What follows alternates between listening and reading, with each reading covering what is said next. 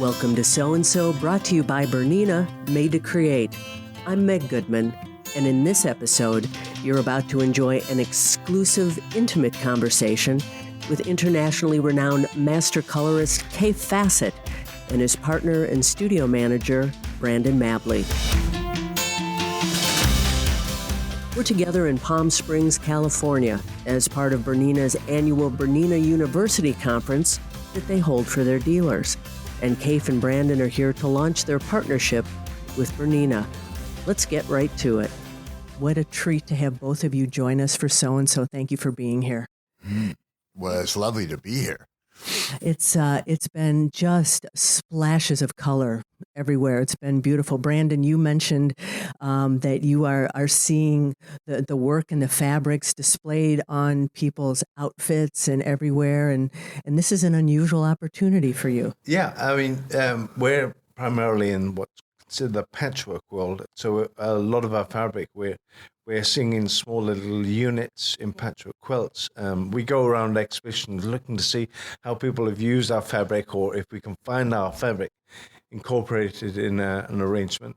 Whereas here, the memo was put out to dress vibrantly, and so a lot of attendees made clothes in our fabrics, and it's just been like wonderful bouquets of flowers walking around. And what's beautiful is it's not that they look fabulous, but everybody else attending were able to see these people looking so glamorous and colorful, and it sort of raised the spirits, because color's psychological, and we don't all like the same kind of colors, which is great, but having such a variety, it's just it's been a real honor and a treat for us, isn't it, Kate? It has. It's notable, all of this color, how people's spirits have been raised after not being in person for a while. Yeah, for sure. So, Kaffe, I want to talk to you about how you got started. You are incredibly accomplished, but this all started somewhere. Yeah. What was the genesis of what you're doing, and what inspired you? Well, I started out as a painter. And so, the first few years of my life, I went to the Boston Museum School. It was a 4-year course. I lasted 6 months and thought, I'll go teach myself. And so I just, went on painting. And I got to London because I met a wonderful author, Christopher Isherwood, and read his books, and he was from England, and I thought he was absolutely wonderful. And so went off to England.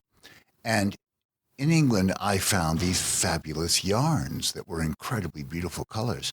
And I'd never seen anybody wearing really elegant old world colors like they were producing in London.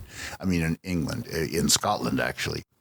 And so I started knitting because I wanted to see these colors being used, and that led to me doing needlepoint, and that led to me eventually doing patchwork, because Liza Lucy, who's a wonderful colleague of ours, had a baby. She made a quilt, and she thought, Kaffe Fassett should be making patchwork quilts. And she phoned me up and said, get into this. And I said, I'm too busy doing murals and doing all sorts of things. And I was saying no. And she was hearing, oh, yes, maybe I'll play around. And so she got very on my case. And eventually we sat down and did a book together on patchwork. And you've written about 40 books? Yeah. No, that it's now over 60 titles. Yeah. Oh my gosh. I know. Yeah. And there's one coming out next week, which we will talk about That's later right. in the show. But what was funny was that Kaffe was looking at old patchwork quilts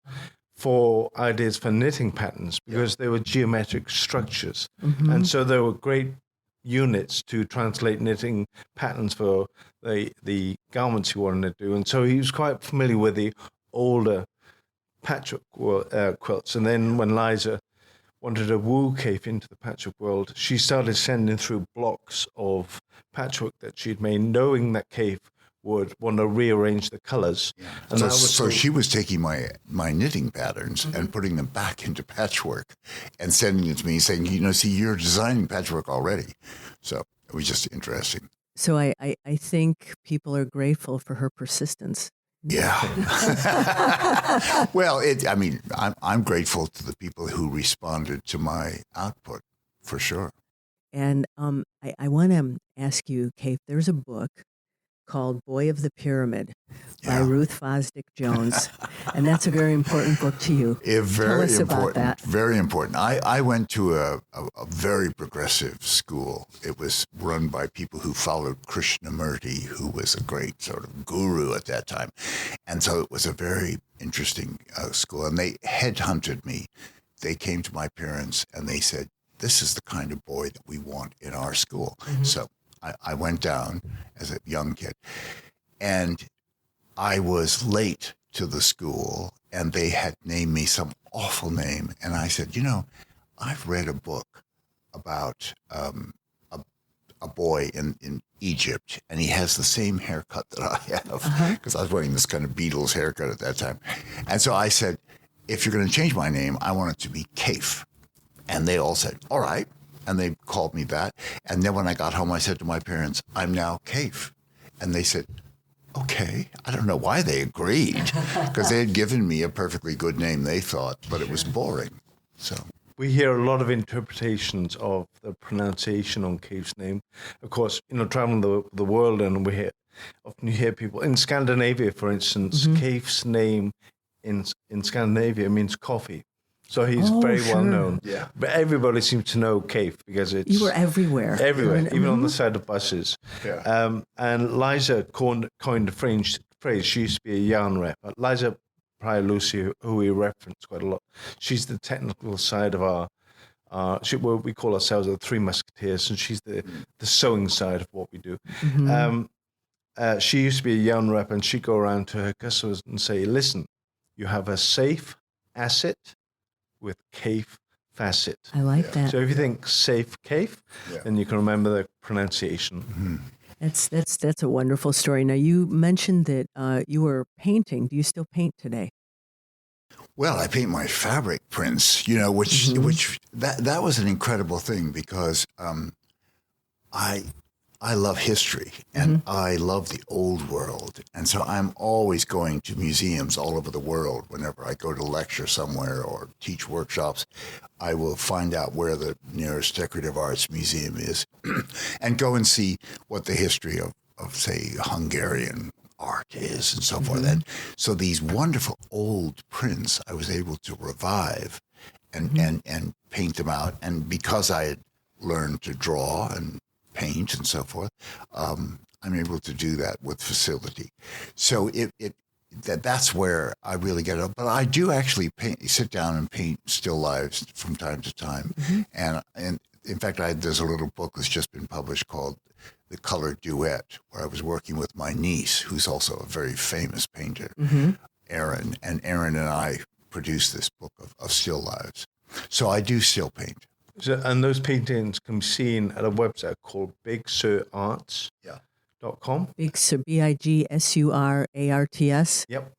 Yes, exactly. As in the Highway 1.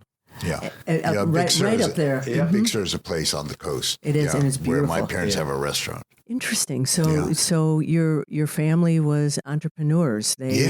Absolutely. I mean, when the highway was just this 2-lane highway going down the coast, very few people. I think Big Sur had a population of 300 at that time.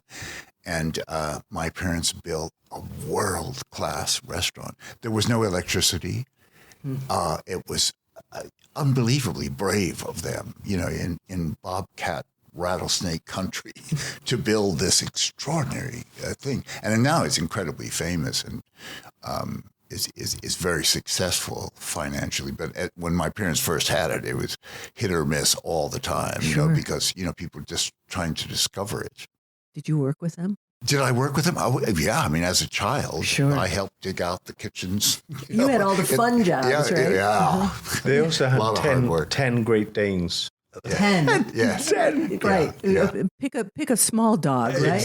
Exactly. It wasn't a Chihuahua. Oh, boy, these were mammoth, great big heads. Wonderful. So there's a story, it was life-changing for you, about you learning to knit on a train from Scotland to London. Tell us about that. Well, when I was first in London, I met a very incredibly genius farm boy from Scotland who became one of the big names in fashion. And he did these beautiful drawings, and I loved his drawings. And he said to me one day, I'm going up to my homeland to find my ancient tartans, and I want to use those in my fashion. And I said, that sounds like a wonderful idea. I love that. Can I go with you? And so we went together on this train, passed through this beautiful landscape, most incredible colors of the water and the peat and the ferns and the hills, no trees at all, but just these wonderful coverings and lichens and things. And I saw all that when I got to this mill was in the form of knitting yarns on a shelf. And I thought, this is amazing. Mm-hmm. All these colors and nobody's doing anything with it. So I bought up 20 colors, jumped on the train back to London and thought, how am I going to direct some bloody woman knitter who's going to not be fast enough? I just know it. I hadn't met her yet, but I knew she wasn't going to be fast enough. And so I just said to a woman sitting across from me, do you know how to knit? Can you teach me how? And she said, yes, I can. I said, I've got the needles. I'm ready. And she taught me. It took me 20 minutes to learn to knit. That's quick. And well, you know, I stumbled. I was awful, you know. Mm-hmm. But anyway, I produced a sweater with 20 colors in it. And I took it straight to Vogue magazine. It was a mess on the back, but on the front, it looked pretty They can impressive. only photograph one side, Well, right? exactly. And you only look at one side when you wear it, hopefully.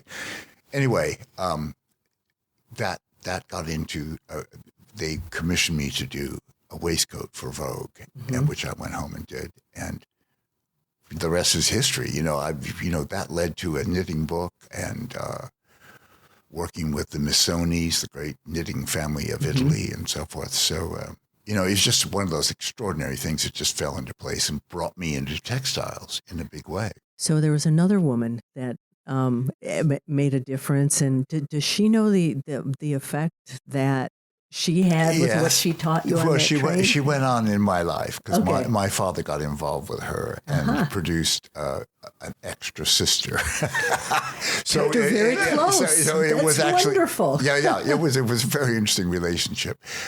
She's died now, unfortunately. But at one point, I said to her, I tell people that even though you taught me to knit and I knit in lots of colors, you still knit only in one color. And she said, how rude. So, yeah. So you were talking about the gentleman from Scotland, that was Bill Gibb. That's right. And you collaborated with him even in his last exhibition in 1985. One of the dresses you produced was the Vogue Dress of the Year in 1970. Wow, you've done your homework. I Yes, have. yes. And you two collaborated. You dressed Twiggy at one point. That's right. Talk a little bit more about some of the things that you collaborated on and what it was like to work together. Well, it was a very, very extraordinary period for fashion because if you know, people weren't alive then who are, you know, but it was like, it was very severe, the fashions, you know, it was, you know, Jackie Kennedy in a little pillbox hat and bright pink, and then in a black dress and pearls. Yeah, or a pink coat, you know, to go with the pillbox hat, and everything was exactly the same shade, and there wasn't a thread out of place, and all of that. And I came along, and I said to Billy, you know, the V&A, which is this wonderful museum of decorative arts, the Victoria and Albert Museum, is full of the most wonderful Oriental art. And we should go and study that and base something on that. So we found these Indian miniatures and Persian paintings, and they were pattern on pattern on pattern on pattern and color galore and paisleys with plaids and stripes and things. I said, this is what we should be doing. Let's get a flower print, stick it with a plaid and so forth. And then I will knit a waistcoat that pulls those two elements together to add to that layered look. Well, that was unheard of in that time. I mean, it was, you know, but we were moving into the hippie times, so they all embraced what we were doing in a huge way, And so that was very, very exciting. And Sandra Rhodes and people like that were in fashion. And so it was a lot of flair. And we were, quite leaders in that rebellion against this kind of very straight, severe, minimal fashion, which was happening. You both have traveled the world extensively and talked about culture's influence on your work and color. Talk a little bit about that and maybe pick out one or two instances that have really had a profound effect on the work that you both do. Well, for one, how we got into the patchwork was that an international charity called Oxfam invited Kaffe and myself to go to India to work with poverty-stricken villages, and we didn't have an intention they just knew that we had a color muscle that we might be able to share with people in India, and they had basic skills, and maybe we could produce something that would be more marketable in the West and help them with money. And we were supposed to go and work with a leper village, which wasn't a problem for us because we felt the charity wouldn't be sending us there if it was dangerous. But en route, we stopped off at a village in the south of India in an area called Tamil Nadu, where they specialized in pit loom weaving, and they was that poor that they had to sit on the floor, and they put with a dirt floor, Okay. and they dig a pit, and they'd have their legs in the pit, and on their lap they'd have a loom, and that's where they would weave up sari fabric, and so what Kaffe did was knit a series of striped colors, and then we sent that out before we went and said, weave up these stripes. Anyway, when we arrived, they didn't have the money to buy the yarns and so forth, and all the right colors. So we spent 10 days with them where we had colors dyed. We went to to a dye shop and worked with the dyer and the huge vats. And then we went back to this village, which was, they basically lived in stick huts, bamboo leaves for the roofs, and they'd have a little tin pot with some bricks to make a fire, and that was their kitchen. It was just as poor as could be, but it was the most beautiful experience. We spent 10 days with them weaving up samples of plaids and stripes, and then we left the project with them to try and develop. A couple of years went by and we didn't hear. They produced a shirt for Johnny Depp, and he wore that in chocolate, which was a nice little bit of publicity. Yes. And that was when he was a good boy. Yeah. Back before. Back right? before, Yes. right. before. And then they tried doing some bed linen, and we were like, this has so much more potential. Yeah. So we said to our yarn distributors here in the US, would you be interested in taking this fabric and looking at the fabric world? Because there was people in the fabric world we felt would be very exciting using these stripes, like Karen Stone was somebody that we highly respect. And so we gave her a range of the fabrics, and she made up a sample that was really Stunning. I mean, like American Beauty quilts with these wonderful points, and these beautiful stripes were going off into these points. So, I mean, she really showed us the potential in one quilt where we could go with these. And it wasn't an area that we'd really stuck our toe in the water. But then we started to realize that actually there was something that we could do with that. And then, of course, Kaffe had always loved in England, there were these beautiful curtains with huge big roses and cabbages and, the size of your head. Whereas we were looking at the patchwork world, and it was kind of rows of little ants' testicles and little flower heads and Debbie Mum, bless her, cotton socks, cute things. And Kaffe was like, I want to embrace the old world that you used to be able to find, in the English houses. Scale and panache, and so I was looking at the furnishings. You can imagine 1940s with the chintz curtains, and then 50s and 60s, where it just got more and more so. So I brought up the scale, and did things in scale and a lot of color. And of course, that just totally shocked the world of traditional little quilt patterns. Well, also the exciting thing for Kaffe was that he was able to get his paintbrushes out again because although a lot of the textile work he was doing before was either needlepoint and knitting, with the fabric side, Kaffe's a complete technophobe. He doesn't even have a cell phone. You can go into that later on. But with the fabrics, we hand paint out all the designs. So he would hand paint out artwork, and then we'd send that off to the agents here in the US. They'd get it printed up in the Far East, and they'd come back to us in yardage, and then we'd cut that up and interact it with the stripes from India and so forth. And then Liza would take those structures that we would arrange, and she would sew them up as quilts, and then we would take them out into the world and photograph the quilts and do these lavish books that we do. So you turned just fabrics and patterns on its ear. You just really changed the status quo. How was it received initially? How did that go? Well, it was very interesting.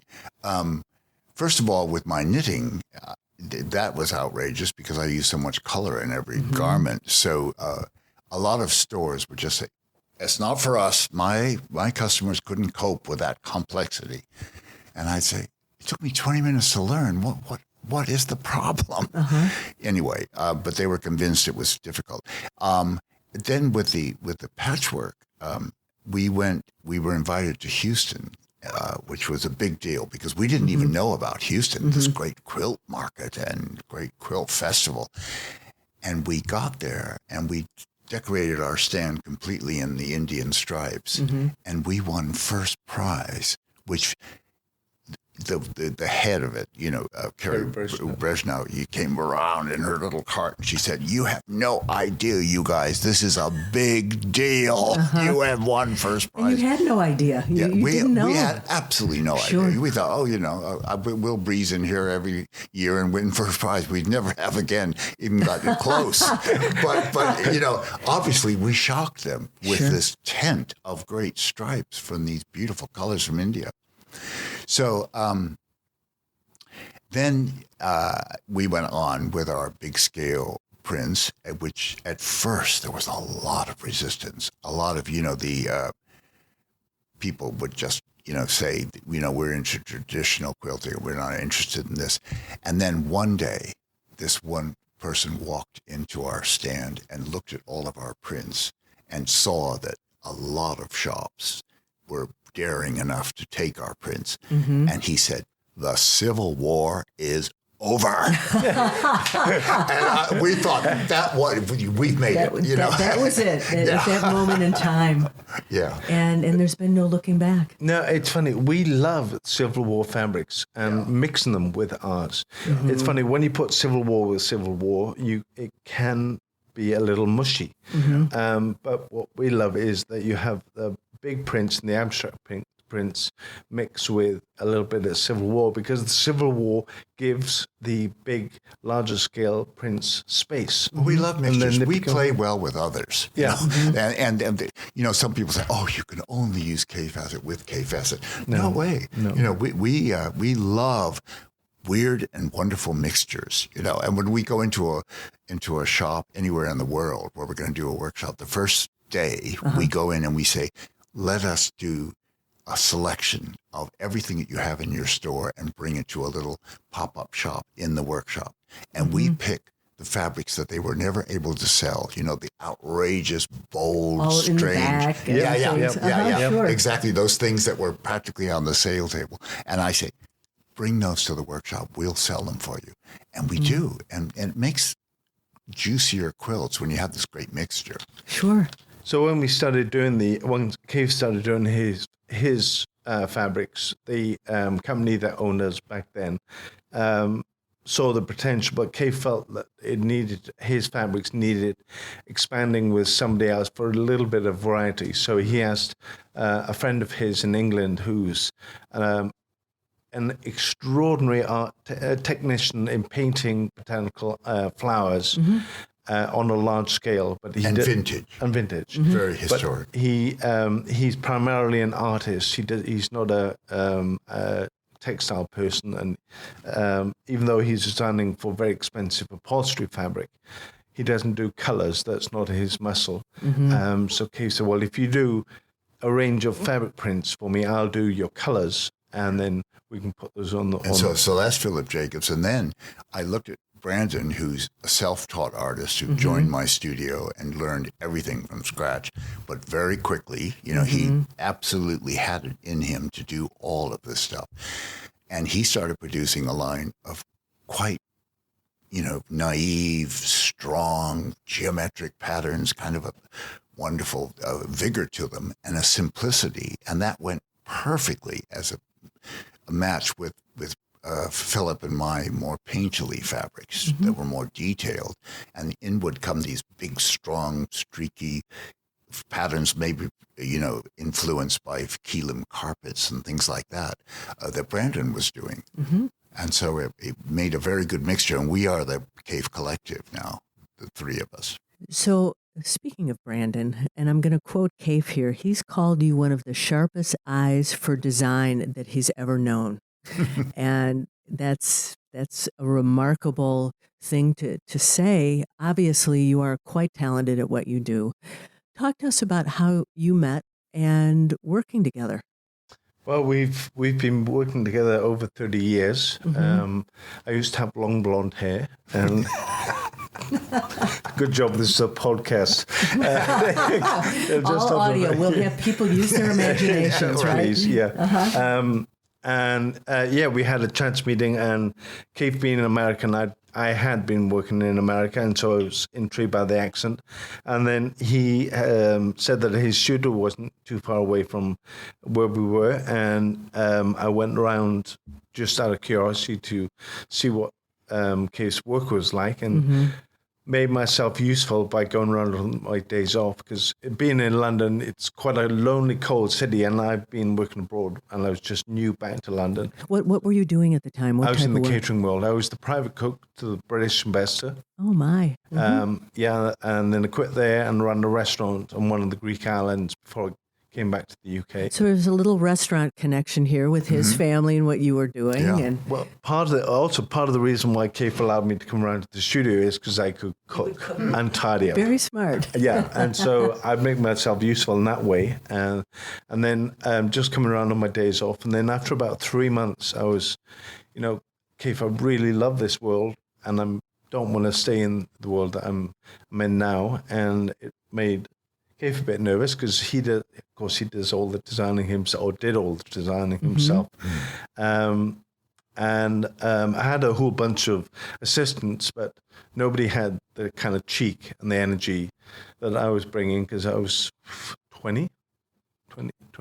We all have cheek at 20. Yeah, I didn't seem to have boundaries. That was, it was like, I suppose, for Kaffe having a new puppy in the house. And anyway, I talked my way into allowing Kaffe to let me be there. And one day I just said to him, look, you can have a job, but you have to invent it. I don't have time to stop and teach you what you need to know. And so I said, just pick up on what's happening around here and start doing stuff. And he did. He completely organized the studio, started cooking some decent meals. So it was wonderful. I think because I wasn't aware of Kaffe's. He'd had a 7-part television series, primetime in the UK, and books, but I wasn't aware of that, and a lot of other people were, and so they put Kaffe on a pedestal. I didn't know this chap. I knew that it was fun what he was doing. It was intriguing, and I had a relationship. I just had a feeling for it. Through my mom, I suppose. And when I went back to see my mom in Wales, where I was originally from, and I said, do you know a chap called Kaffe Fassett? And she said, oh, yeah, he does all that fancy colour knitting. And I said, yeah, he's my new friend in London. And she looked at me, gave a big pause, and said, I hope you're not making a nuisance of yourself. Only a mother could say something like that, right? She knew her Brandon. Sure. So, yeah, and we've never looked back. And now we we do walk the same path. It's been an extraordinary journey. I mean, having that sharp eye, I have a level of fierceness. I'm not afraid to say what I feel or speak, and having a sense of humor helps, I think, the way I look at the world. But also, you know, what is interesting is everyone always says to me, how do you get so much done? Do you ever sleep? And the reason that we design so quickly and are able to do books and exhibitions and all the things that we do is that we work together. And we you know, like if I'm kind of falling down, which every designer in the world has a point where they think, what the hell? I don't know anything. Why do I think I'm able to design? And we encourage each other when we've hit those low spots, and we say, you're doing fine. That's absolutely brilliant. Keep going on that design. And so, or for God's sake, stop. It's a mess. You know, it's all over the shop. Or it needs a little bit of this color. And, you know, if you're not seeing that for yourself. That is a huge thing, is that you Being have objective eye for each other. Yeah. Plus, we always work on various projects at one time. So we're not just trying to slog through something you've gotten stale with. Yeah. You move on to another project, come back, and you renew your energy.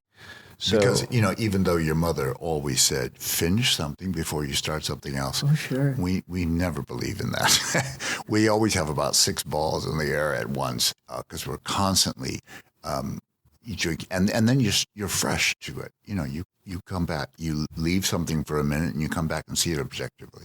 So it's a big help. Yeah, we also respect one another's responsibilities in the sense of I look after what Kaffe doesn't. Well, Kaffe doesn't need to put his energy, and he's allowed to grow or take care of, you know, what needs taken care of the most, and then what he doesn't need to know just goes on behind the scenes and gets all that computer stuff. I was going to say, like carrying a cell phone. Yes, exactly. You know, often people get asked, Kaffe often gets asked, tell me something about yourself that is unusual. And I don't have a cell phone. They go, no. Is it right? That's impossible, right? Yeah, that's out of the bounds of unusual. Yeah. But that's how you get so much done. Yeah, exactly. Kaffe, I want to talk a little bit about the fact that you were the first living fabric artist to have a show at the Victoria and Albert Museum in London. That eventually toured 9 countries. You doubled the attendance at your show. And I mean, what was that like for you? You created, and look what happened. Well, it was unbelievable because, first of all, the V&A was my second home. I mean, I got so steeped in the decorative arts, and I knew every floor. I knew where the fabulous Oriental treasures were in the China department at the top of the museum and everything. So when I was asked, I mean, it was because I met some extraordinary people who made that possible. And I went and I had the show, and I purposefully picked things from, they said, you know, you can have anything you want in the museum and bring it down and add it to your show as inspiration. And I picked China and things like that they wouldn't be worried about light levels, because if I picked textiles, I knew that we were going to have a show that you would have to go through by Braille, you know, because they would have it so dark, because they were worried about the textiles fading. Well, they had it very dark anyway, so it was quite a struggle to get the lighting right and everything, but we were able to display things in a way that made people excited, and people were just amazed that they were having an exhibition of knitwear and needlepoint and things like that, because it wasn't usual for a great museum of that sort. And so we had, if it was the first time that I actually saw my name on little metal signs on the street for you know, the Automobile Association, you know, was having Kaffe Fassett exhibition this direction. You know, that was amazing to me. But the extraordinary thing was there was a shop, and I said to them, I think that you should, how many people are you going to have manning this shop selling my kits and things like that? And they said, oh, just one person. You know, we never do very well with these shops. I said, I suggest you have a couple more. And they said, really? You know, They thought you were full of yourself, right? Yeah, exactly. What do you think is going to go on? Well, we found out that they sold 16,000 pounds worth of postcards alone, but they would never reorder. So it was a very, very difficult time. And I realized that working with museums was a different sort of world. But what was interesting was that they did double the amount of people coming to the V&A for that exhibition. And that showed that there was this really, really big undiscovered interest in textiles. And that's why when it went on to all the Scandinavian countries and so forth, and Holland and so forth, and eventually Canada, we got really, really big crowds because people weren't used to seeing exhibitions of humble things that everybody could make. Yeah, I mean, one of the very important things about what we do is our work is low maintenance. It's very limited on the technical level. With the knitting, you learn the basic techniques of swapping colors and carrying the yarn. With the quilting, we're not interested in the quilting. We're interested in outlining a design we've done that accentuates that design. Well, working with very, very traditional shapes, just squares and triangles and diamonds and so forth. So that they're very, very simple to construct. But once people look at our work and get past seeing, the amount of color and first off, the looking at a piece of work can be a little bit intimidating because of the amount of color balance in there. But once you get past that and look at the structure, very traditional, very simple structures. But it's the material that we're using that makes it look a lot more intriguing. I don't want to say threatening, but intriguing. Some people, Intriguing. Yeah, intriguing. Yeah.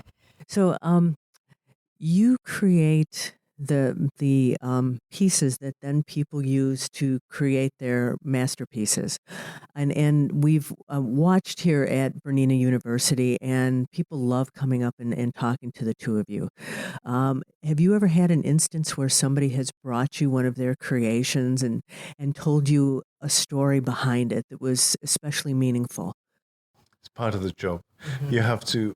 Yeah, people always want to come and tell you their story of how it's helped them, sadly, through a life-threatening illness. We get quite a lot of mail and examples of that, or somebody's made something for their, or it's a memorabilia piece. We get shown a lot of work that we would choose a different color combination, but they're proud of it, and you have to be pleased that they're pleased. We're encouragers. That's our main mission, is that we're encouraging people to find their own voice. It's not about trying to do what we're doing. It's about what you feel good about. So it's. I mean, and there's so many stories, that why people collect fabrics, why they are attracted to our fabrics and so forth. And, sometimes you have to stop the stories in a workshop because you've got 30 people to deal with, and some woman is telling you this long history, of every piece of fabric that she has in her collection. I love it. I love it that it means so much to people and that we struck a note. And I think it's partly because of my kind of obsession with the past and feeling if it ain't broke, why fix it? It's like there's so many rich, wonderful ideas that just kind of, they come into fashion and then they drop out of fashion. Well, I want to bring them back. I want to, and so, looking at the wonderful traditions of, like the Scandinavian countries or Poland or places that we've been to, and being able to pull up these ideas and refresh them and bring them to the public. Is an exciting thing, and I think that nostalgia is one of the things that makes people drawn to our work. They recognize that, oh, my grandmother had a scarf like that, or a wonderful furnishing fabric, or whatever. And it becomes personal. Yeah, it does. You both are accomplished, well-traveled, met millions of people. What still causes you wonder? What just takes your breath away? Oh, the simplest things. Yeah. Well, can I just say that what totally takes our breath away. I mean, and more than ever in our lives before was what happened here at Bernina University, because we're used to seeing our fabrics, quite static as like pieces of painting on a wall, as a quilt, showpieces.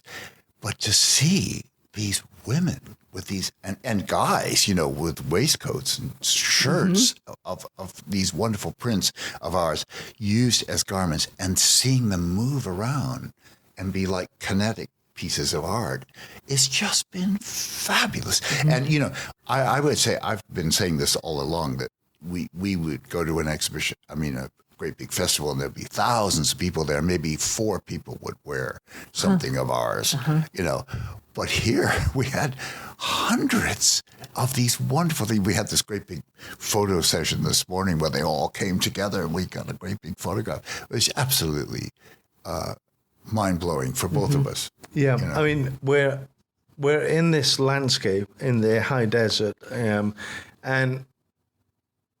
I'm actually finding it incredibly beautiful seeing all the subtleties. We're surrounded by quite high color in the work that we do, and seeing all the very close tone, subtle colors in the rocks and the landscape, and then the severity of the planting and the structures and the architecture.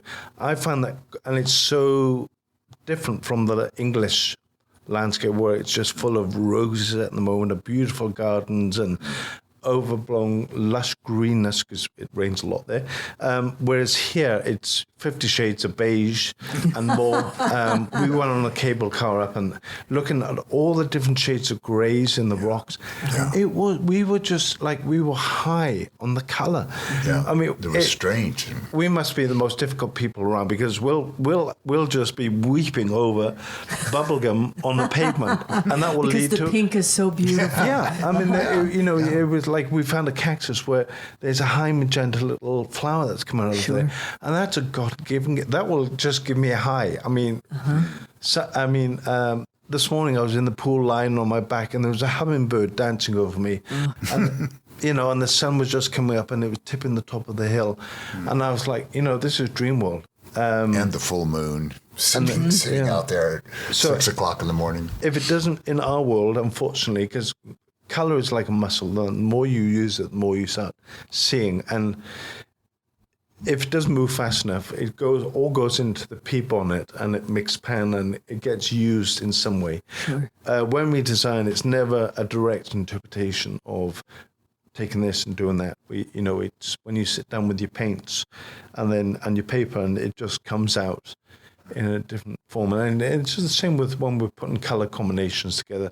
We don't have a theory, or we're going to do a blue and it's going to look like this. When you put down a shade of blue and then you put another color next to it, a different vibration or balance takes place, and then you put another color tone around that, and then the whole balance starts affecting. So that way it keeps our juices flowing, and we get stimulated.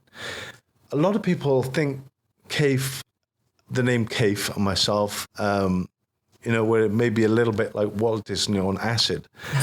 But, lots of shades of white can be incredibly beautiful. Lots of shades of grey can be very calming. But it all depends on also where you place those colours, on how you surround them.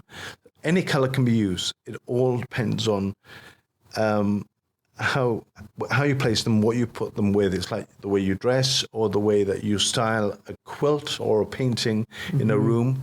It's not just buying. It's like cooking. It's you bring a spice. You try to bring a kind of sexy kick to an arrangement of color. So you're trying, always to bring things more alive.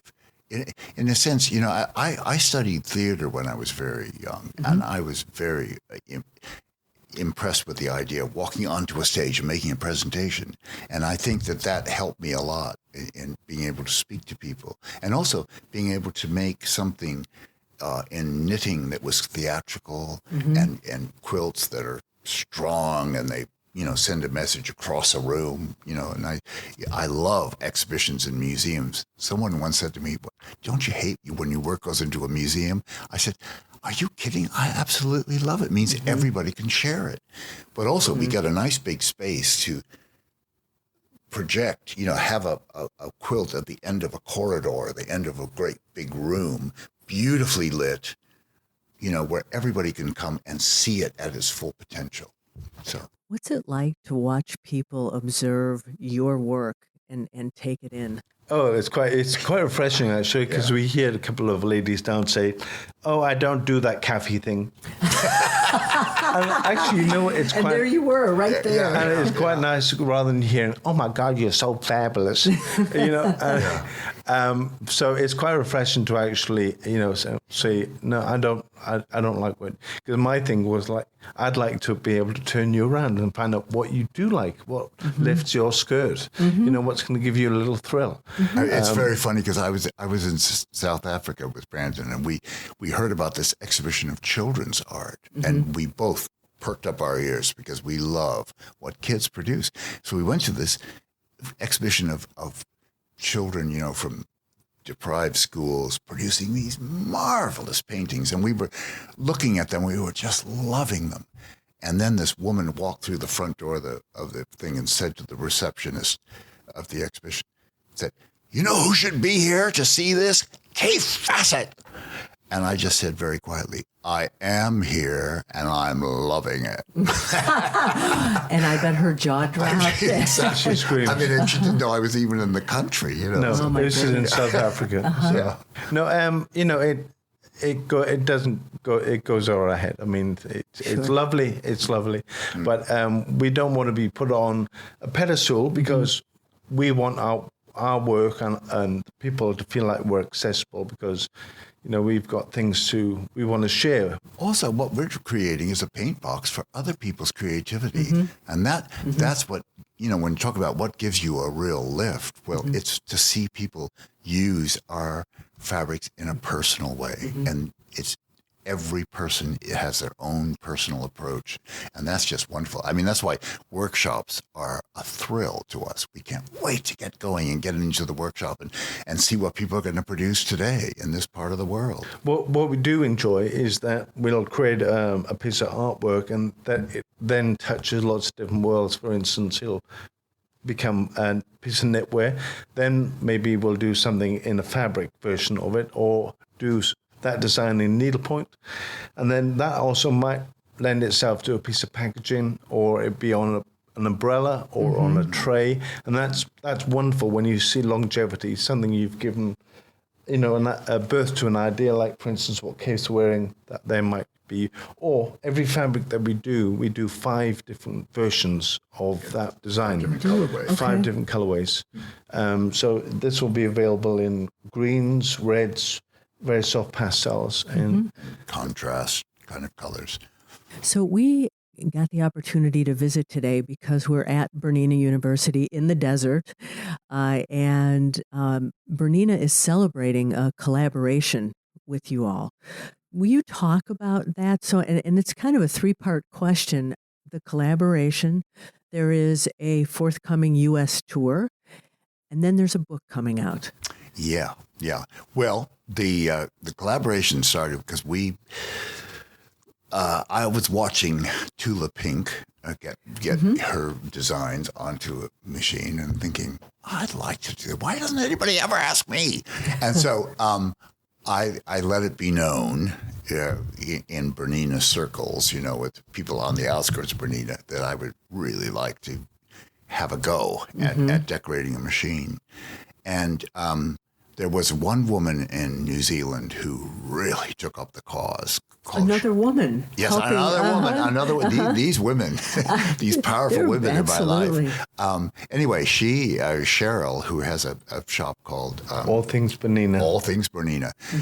And she is one of the most creative people. When we would arrive at her house, she would have every day a different dress in our fabrics. She covered her furniture with our fabrics. She made lampshades in our fabrics. I mean, she was just full of creative ideas of going on and on and on beyond quilting. And it was just wonderful. So when she heard that we were interested in doing something, she really pushed because she has, contacts with all the Bernina people. And eventually, it was very much her that was the guiding thing that got us into doing it. But anyway, once we started, it was absolutely wonderful because we would have these wonderful Zoom talks with this wonderful girl, American girl who worked there, Andy, who was from Las Vegas, of all places, but she's so un-Las Vegas. She was just down to earth, absolutely detail-oriented, very quietly working out every desire that we had and to make it. And I said, one of the desires I have is I'm not really a white person. I don't do very many quilts that have a lot of white. I said, it's not a big part of my aesthetic. Is there any possibility we could make it a shade of color so that we have a base to play with? And at first it was like, oh, this could be really difficult because every part has to be made separately and we have to get them all to match. How are we going to do this and blah, blah, blah, blah. So I just let them work it out. And eventually they came up.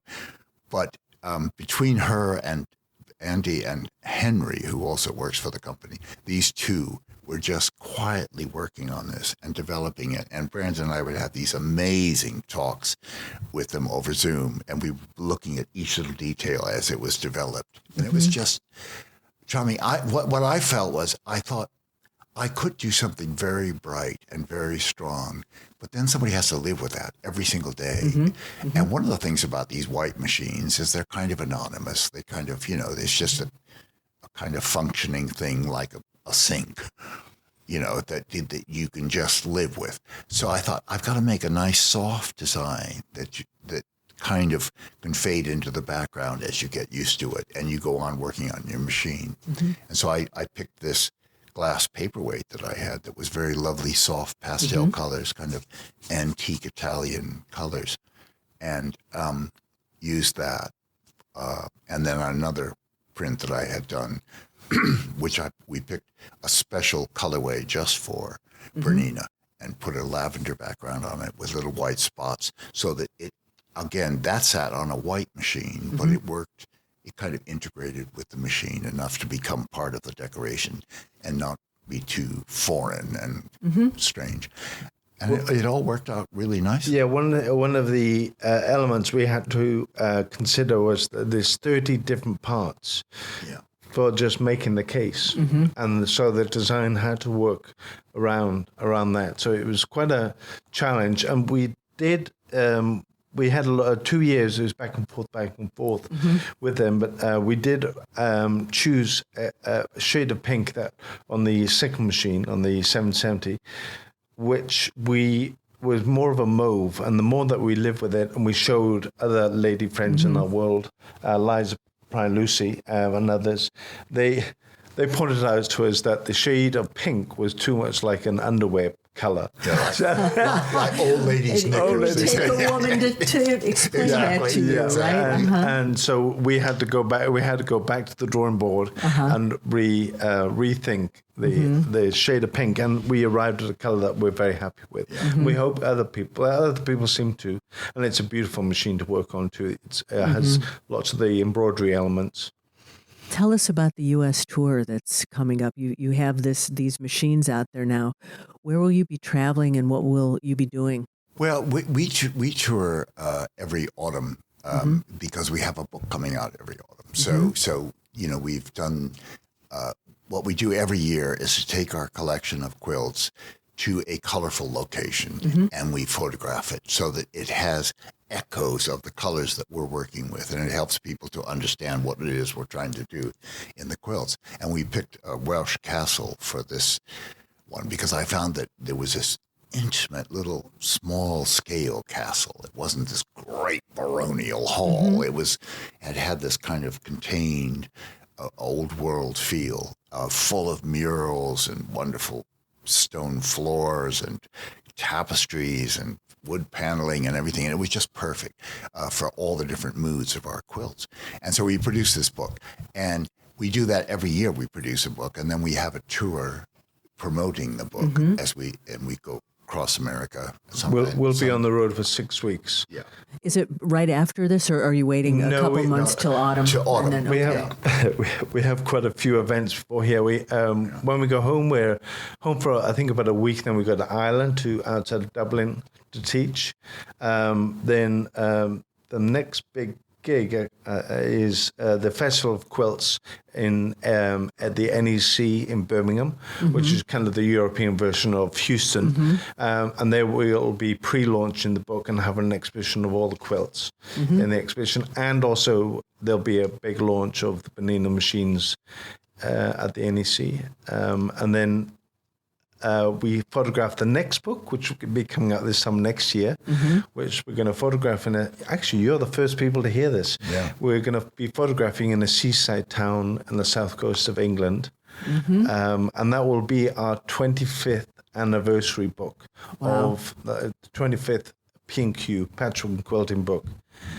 But we're not going to tell anybody what seaside town, or you might not have the privacy you need to do the photography. They will have to share our fish and chips. And then the end of September, we come back to the US. We start in Connecticut, and we end up in Texas, and then Houston, and home. And then next year we have another book coming out in April. I forgot to say, we have an exhibition opening, 2 exhibitions opening. We have a major exhibition opening at the Fashion Textile Museum near London Bridge Tube Station. And that's going to be a 6-month exhibition. And that just celebrates all the patterns that we've done, you know, sort of going through all the collections and picking the best ones and doing a kind of celebration of the motifs that we've dealt with, and it's called The Power of Pattern. And it's an international selection of quilts from all over the world that people that have used our fabrics in startling and different ways. So it's going to be quite a rich exhibition. It should be, yes. We're having Sarah from Cordwell from BERNINA. Sure. She's going to be embroidering a ball gown, and the fabric on the ball gown is a black and white stripe that I've designed. And she's going to be embroidering the ball gown with 85 flowers. Yeah. Oh, my. So that's going to be quite a highlight for us. And then that exhibition goes on to Edinburgh, and it will be there for 3 months, and then it goes on to Sweden. And then besides that, we also have another exhibition opening at a beautiful garden in the Cotswolds in England called Hidcote Gardens. That's a very small little show. Yeah, and then next, if anybody is coming to the UK next spring, we have an exhibition opening in Bath at the Victoria, right in the city centre. There's a fantastic gallery called the Victoria Galleries, and we have an exhibition of the quilts that are going to be in the book that's coming out next year. You do get a lot done. you are busy. What do you want your legacy to be from all the work that you're doing? You know, for people to have less fear of color and to realize that color is a life-enhancing force and avail yourself of it. You know, there are so many kind of teenage girls that just think if they just wear beige, like an old lady, you know, they look fabulous. Well, they don't. It looks good on almost no one. It washes people out. So I love it when a girl has flair. You know, there's always one girl in the art school who wears, you know, fancy shoes and crazy dresses and dyes her hair orange and, you know, wears mad makeup and things. And I just love it. You know, somebody with a little bit of nous. And that's what we've been experiencing here is I feel like a lot of characters have come out of the woodwork and are dressing to impress, you know, and to really have fun and celebrate. And so I think, you know, if we can help, I think both of us feel, you know, if we can give people courage to explore their own personalities and don't be ashamed. And don't be afraid of playing with color. Don't be grown up. Yeah, I mean, it can be about playing with arrangements of flowers. It can be about putting a cushion on a couch and the color combination. if we can inspire somebody to put together a color combination that just brings a little smile to their face. If you're having a hard day and you come home to something that just lifts your soul, and then we feel job done. I go to a health farm in Baja California, not far from here, every year, and it's run by this woman who's 100 years old now. And her mantra is, "Don't act your age." I love it. I love it. Yeah. I'm ageless. I mean, don't ask me because I'm not going to tell you. It's all of our secrets, right? Yeah. We've talked about a lot, and you've shared quite a bit with us. Is there any question I didn't ask you that you wish I had? I can't think of anything. I bet you can. No, I've got lots of little... You covered a lot of things. I mean, I'm impressed with the amount of, stories that you dug up about us, and the high points. It was my joy to do the homework on this. I loved reading about you and what you've accomplished. If our listeners would like to get in touch with you or reach out to you, is there a way they can do that? And what is that? On social media, they can message us either in Instagram. There's Kaffe Fassett Studio. With me, it's Brandon Mably. If they want more of to see more lifestyle activities, it's follow my page, Brandon Mably. I don't put up selfie pictures because that is something I'm opposed to. If I could stop the world from taking selfies, I would. And then on social media, on Facebook, it's Brandon Mably Designs or Kaffe Fassett Studio. Okay. And then there's also a group called, if you make anything with our fabric, you can join a group called Kaffe Fassett Collective. And there's over 85,000 people on that page posting things they made, and it's very interactive. And so... yeah. It has been wonderful sharing some time with you today. Kaffe and Brandon, thank you so much for your time. Thank you for asking us. Thank you. It's been really fun. Thank you. Well, there you have it. Another story about people for whom creating is so much more than a hobby. It's a way of life, a connection to something bigger. Our sincere thanks to Kaffe and Brandon for taking the time to share their stories with us, and to all those who work to make this possible. If you know someone you think has an outstanding story, a story that should be shared on this podcast, please drop me a note to info@soandsopodcast.com, or just complete the form on our website. Be sure to subscribe to, review, and rate this podcast on your favorite platform, and visit our website, soandsopodcast.com, for more information about today's and all of our guests. That's SEWANDSO podcast.com. And finally, I want to thank BERNINA for making this program possible. I'm Meg Goodman, and I look forward to you joining us next time on So and So.